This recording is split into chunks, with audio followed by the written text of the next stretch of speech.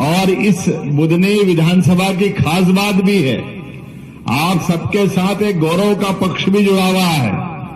आज तक मध्य प्रदेश तो क्या पूरे देश के अंदर जनसंघ, जनता पार्टी, भारतीय जनता पार्टी के समय से एक विधानसभा से आपके बीच के एक नवयुवक को निकाल करके आपने भारत के कितने बड़े पद तक पहुंचाया। जोरदार अभिनंदन करो अपने यशस्वी कृषि मंत्री और पूर्व मुख्यमंत्री श्रीमान शिवराज सिंह जी चौहान का। बहने आप भी जोरदार ताली बजा। क्या योजना है, क्या पैसे। अब कांग्रेस वाले बोले खटाखट बोलने ही बंद हो गए। पैसे आए तो ऐसे आना चाहिए, देरी नहीं लगती। आते कि नहीं आते खाते में? किस किस के खाते में आते? हाथ खड़े करो जोरदार तरीके से। जिनके खाते में जो बचे उनके भी आएंगे, उनके लिए भी ताली बजा दो अपने आप में। कोई बचने वाला नहीं है। पहली बार सरकार का खजाना जिस पे सबसे पहला हक होना चाहिए, गरीबों का, युवाओं का, महिलाओं का, किसानों का, ये दरवाजा खोलने वाले हमारे पूर्व मुख्यमंत्री शिवराज सिंह चौहान है। उन्होंने कहा है कि सरकार चलेगी तो आम जनता के लिए चलेगी।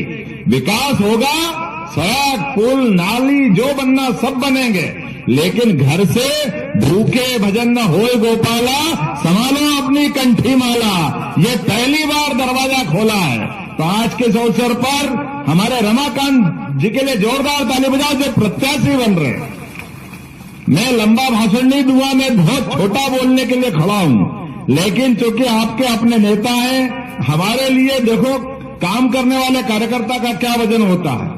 अपने बुधनी में भी अपनी सीट का भी चुनाव लड़ रहे हैं, लेकिन मध्य प्रदेश में एक और जगह विजयपुर, आज सुबह से वहां कायदे से आपको 2 बजे भोपाल आना था, लेकिन जनता के प्रेम के लिए बुधनी वालों पे भरोसा है कि ये तो हमारे लोग सदैव भाजपा के साथ रहेंगे। एक एक सीट जीतना चाहिए, इसलिए आप विजयपुर से लौट कर आ रहा है। जोरदार अभिनंदन करो हमारे नेता के लिए और उनके विश्वास के लिए। ये यहाँ बुधनी वालों से तो कई बार भाई साहब मैं भी लगता है कि काश मेरा घर भी बुधनी में होता है, और ऐसा मानता हूं मैं। तो क्या आपने जनता से प्रेम पाया और क्या यहाँ के लोग हैं, क्या भर भर के वोट देते हैं। आप बताओ, कोई वोट वाले वोट है क्या? ऐसा लगता है कि मशीन से फटफट के निकलेंगे, कहां जाएंगे पता ही नहीं चलेगा।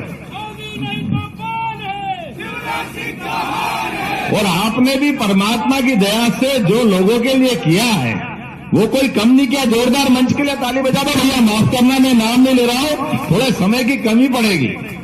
इस बुधनी का भी भाग्य इतना है जबरदस्त। बुधनी का तो मैं और धन्यवाद इसलिए अदा करूंगा कि मां नर्मदा के आंचल से अभी सिंचित ये पूरा क्षेत्र परमात्मा की दया से इस चराचर जगत में कई जन्मों के पुण्य के बाद मां नर्मदा का किनारा मिलता। आप सब भाग्यशाली हो, आप सबको यह किनारा मिला।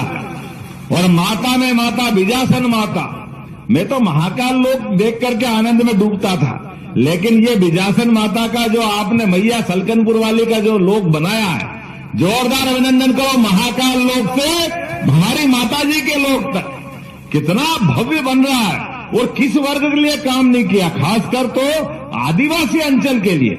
आज आदिवासी अंचल हमारा बारेला, गोंड, कोरकू, कोई भी वर्ग, किसी भी समाज का, कितने अच्छा वो बेन अकेली या डांस करती आई थी कि बिल्कुल मजा आ रहा है उसको। जीतेगी तो भाजपा, यही तो बोल रहा है। जो 13 तारीख को हो रहा है वो आज बता रहा है, यही तो होना चाहिए। और कितना विकास किया भाई साहब ने। मैं अगर लिस्ट देख रहा था, 15 साल में आपने अपने बलबूते पर वो तो रिकॉर्ड देखा ही नहीं, लेकिन एक विधानसभा में 8 कॉलेज, ये युवाओं को बढ़ाने का इससे बड़ा क्या उदाहरण हो सकता है। 8 college, 57 higher secondary school, 54 high school, 450 के आसपास प्राथमिक स्कूल, आपका सिविल हॉस्पिटल और बड़ी बड़ी फैक्ट्रियां। अरे हमारे इंदौर उज्जैन की विधानसभा शर्मा जाए, ये विकास का काम आपके बीच में हुआ है। लेकिन उनने जितना परिश्रम किया, जितना पुरुषार्थ किया, ये सारे पुरुषार्थ पराक्रम आपके भरोसे से किया है, आपके विश्वास के कारण से किया है। ये हमें इस बात का गर्व है।